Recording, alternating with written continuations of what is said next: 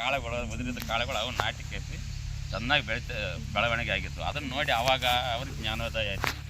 ಅಂದರೆ ಏನದ ಅವಾಗ ಮತ್ತೆ ಬಂದ ಕೇಸ ಅವರು ತಮ್ಮ ಕೃಷಿ ಚಾಲು ಮಾಡಿದರು. ಆ ಭೂಮಿಗೆ ಏನಿಲ್ಲ ಅವ್ರು ಏನದ ಭೂಮಿಗೆ ಉಳುಮೆ ಮಾಡಬಾರ್ದು ಅನ್ನೋ ಉದ್ದೇಶದಿಂದ ಹೊಲದಲ್ಲಿ ಬೀಜ ಎರಚಿಬಿಟ್ಟು ಹುಲ್ಲೆಲ್ಲ ಹೊಲ ತುಂಬ ಹರಡಿ ಬಿಟ್ಟಿದ್ರು. ಅದು ಮಳೆಗಾಲ ಬರೋವರೆಗೆ ಅದು ಹಿಂಗೆ ಬರೀ ಹೊಲದಾಗ ಹುಲ್ಲು ಮಾತ್ರ ಕಾಣ್ತದೆ. ಮುಂಗಾರಿ ಮಳೆ ಶುರುವಾದಾಗ ಸಣ್ಣಗೆ ಅದು ಹುಲ್ಲು ಬೆಳೆಯೋಕ್ಕೆ ಶುರು ಮಾಡ್ತೀವಿ.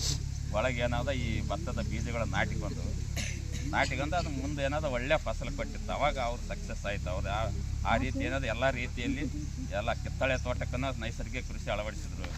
ನೈಸರ್ಗಿಕ ಕೃಷಿಯಲ್ಲಿ ಏನಾದ ಅವರು ಅಡಿವರೆಗೆ ಆದ್ರೂ ಇನ್ನೂ ಆದ್ರೂ ಸಂಶೋಧನೆಗಳನ್ನು ಮಾಡ್ತಾನೇ ಇದ್ದರು. ಹೊಸದಾಗಿ ಕಂಡಿಡಿದು ಪ್ರತಿ 30 ವರ್ಷದ ಒಳಗೆ ಪ್ರತಿಯೊಂದು ಏನಾದ ಏನೇನು ಹೆಂಗೆ ಮಾಡಬೇಕಂತ ನೈಸರ್ಗಿಕ ಕೃಷಿಯಲ್ಲಿ ಮಾಡಿದರು. ಹೆಂಗೆ ಮಾಡಿದ್ರು ಅವ್ರು ಮಾಡೋ ಹೊತ್ತಿನಾಗ ಎಲ್ಲರೂ ವಿಚಾರ ಮಾಡೋ ರೀತಿಯಲ್ಲಿ ತದ್ವಿರುದ್ಧವಾಗಿ ವಿಚಾರ ಮಾಡಿದರು.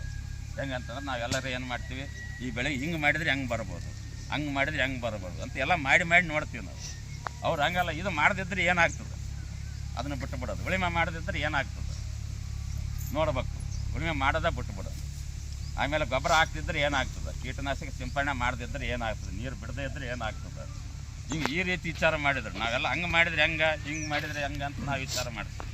ಅವ್ರು ಏನೋ ಇದನ್ನು ಬಿಟ್ಟರೆ ಹೆಂಗಾಗುತ್ತೆ, ಇದನ್ನು ಬಿಟ್ಟರೆ ಹೆಂಗಾಗುತ್ತೆ ಮಾಡಿ ಕೇಸ ಅವ್ರು ಏನು ನೈಸರ್ಗಿಕ ಕೃಷಿನ ಅನುಷ್ಠಾನ ಮಾಡಿದ್ರು ಕಡೆಗೆ ಅವರು. ಇದು ನೈಸರ್ಗಿಕ ಕೃಷಿಯಲ್ಲಿ ಏನಂದರೆ ಉಳಿಮೆನೂ ಮಾಡೋದಿಲ್ಲ, ಆಮೇಲೆ ಗೊಬ್ಬರನೂ ಹಾಕೋದಿಲ್ಲ.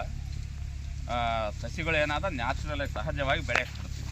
ಅಲ್ಲಿ ಏನಾದ ಕಳೆಗಳ ನಿಯಂತ್ರಣ ಮಾಡಿದ್ರು. ನಾವು ಕಳೆಗಳ ನಿಯಂತ್ರಣ ಮಾಡಿ 20 ವರ್ಷ ಆಗಿದೆ. ಕಳೆಗಳು ಹೊಡೆದಲ್ಲಿ ಕಾಣ್ತಲ್ಲಿ ನಿಮ್ಮ ಭೂಮಿ ನೋಡ್ರಿ, ಎಲ್ಲಿ ಕಳೆ ಅಲ್ಲೇ ಕೊಳ್ತಿದ್ದಾವೆ, ಎಲ್ಲಿ ಕಳೆ ಅಲ್ಲೇ ಬಿಟ್ಟು ಹಾಕಿದ್ವಿ. ಇದು ನೈಸರ್ಗಿಕ ಕೃಷಿ. ಸಾವಯವ ಕೃಷಿ ಅಂದರೆ